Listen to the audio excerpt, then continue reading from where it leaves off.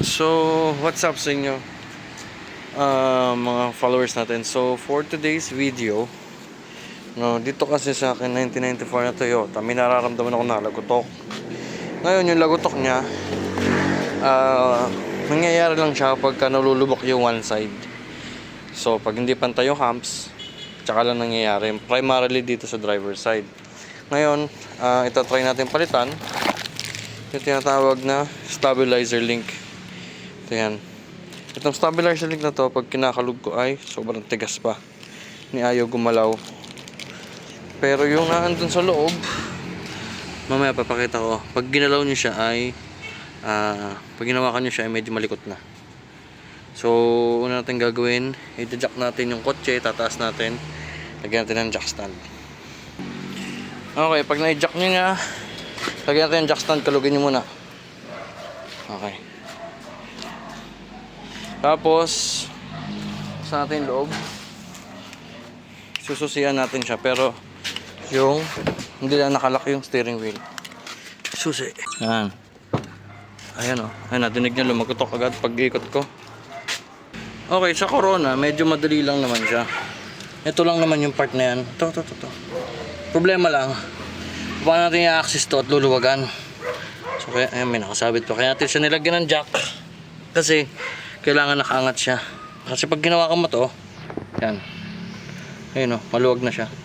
Kita nyo guys, gumagalaw. Kurit na rin yung boots niya. Samantalang ito, yan, kahit anong galaw ko dito, ayaw. So, yan, mukha naman siyang kapareho. So, kailangan natin ng tools. Okay, so magpo-focus tayo sa area na to. Okay. So, ganun din doon sa kabila, malamang. Change oil. Hindi ko na binakas yung gulong kasi hindi na makatapos. Hindi babakasin yung gulong.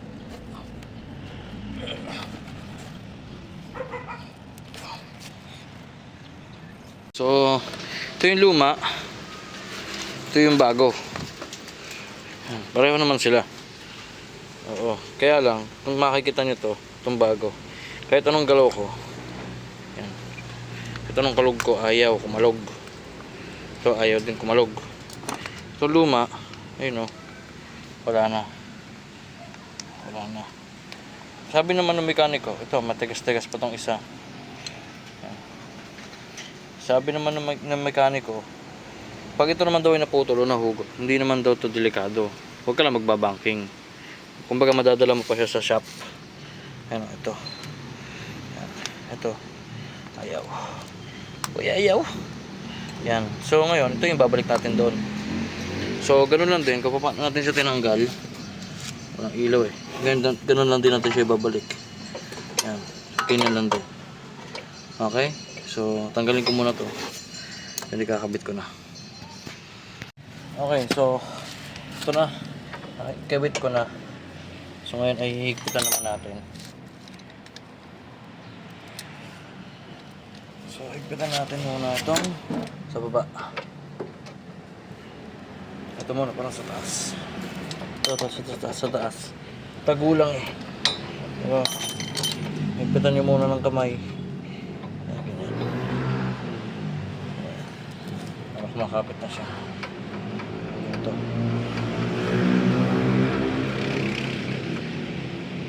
Ayan. Pwede naman din itong 14 ito ang gamitin nyo. Yan. Kung mas feel nyo yan. So, go lang. Ano ba? Like that. Parang, kasi ito hindi ito bulky. Sana kasi yung ulo. Ano ba? Ito kasi yung ulo. Bagito. Ako lang. Ewan ko, 14 ito eh.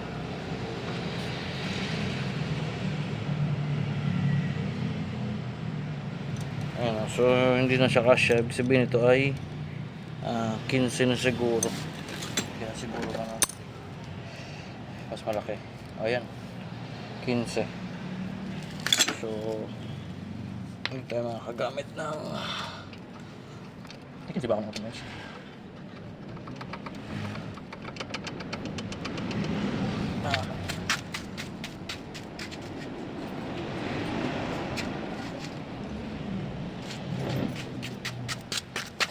So wala akong 15. Tapos wala akong 15 open. 14 na lang.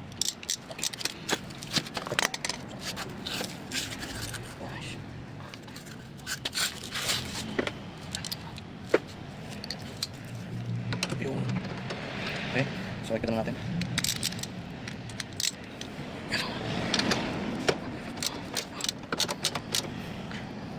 Yan.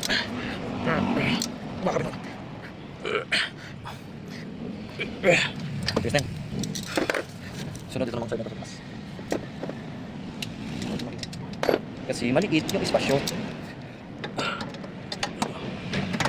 Hindi na kasi magkasya yun.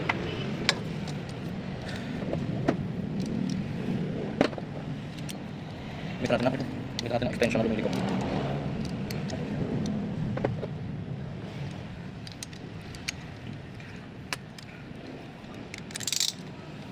Yeah.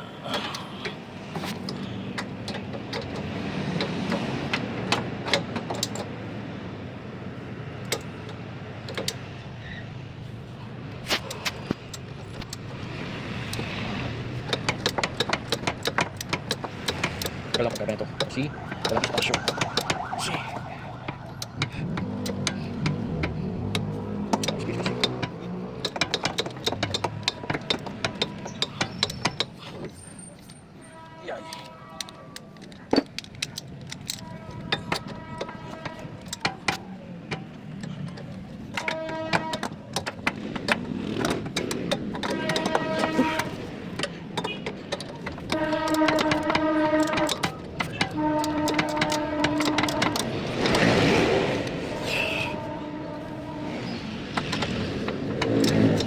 Yan.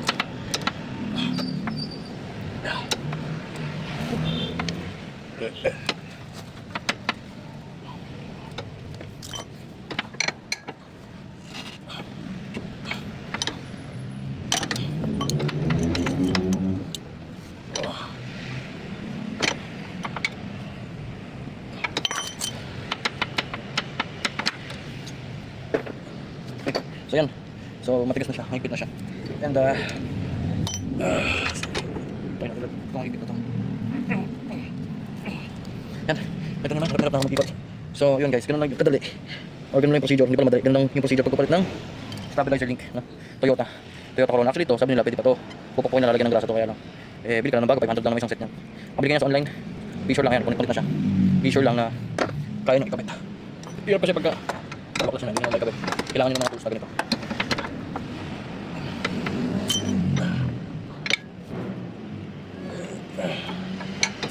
Kailangan talagang bumuelo eh.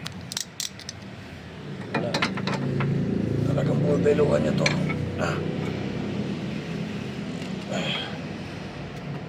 Talaga ng buwelo yan.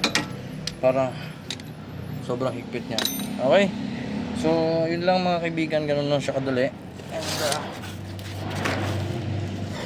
ayan. Tanggalin ko na siya. Reminder lang. Ito, ang trabaho nito is para pagka kayo'y lumiliko or nagbabanking. Banking kasi sa motor eh. Yung kotse niyo, hindi siya parang tataob. No? Ito yung pipigil sa kanya para siya mag-roll over or tumaob. So pag ito nasira, natanggal, tapos nagbanking kayo ng hard cornering, ayun, doon yung mararamdaman. Talagang lipad kayo, taob kayo. Okay, so importante na palitan ito. Okay, so yun lang. Please like and share and subscribe. Tingnan niyo naman yung napakagandang panahon ngayon. So please like and share and subscribe for more tips and tricks, and then yung mga ganitong tutorial natin na DIY style. Okay? Ito yung dalawang pinalitan. Yan. Itong sa passenger side, yan medyo maganit-ganit pa. Maganit-ganit pa. Yan. Itong sa driver side, you know, kasi mas last pag ang driver side dahil yun na may lag niya sakay. Tapos ako, 90 kilograms pa ako. So, yan. Wala na. Okay? So, yun, napalitan na natin. Tetestingin natin sa lubak siguro bukas na. Alright? So, yun lang mga kaibigan. Please like and share and follow again para sa mga ganitong mga DIY setups natin. Okay? Yun lang. Please like and share.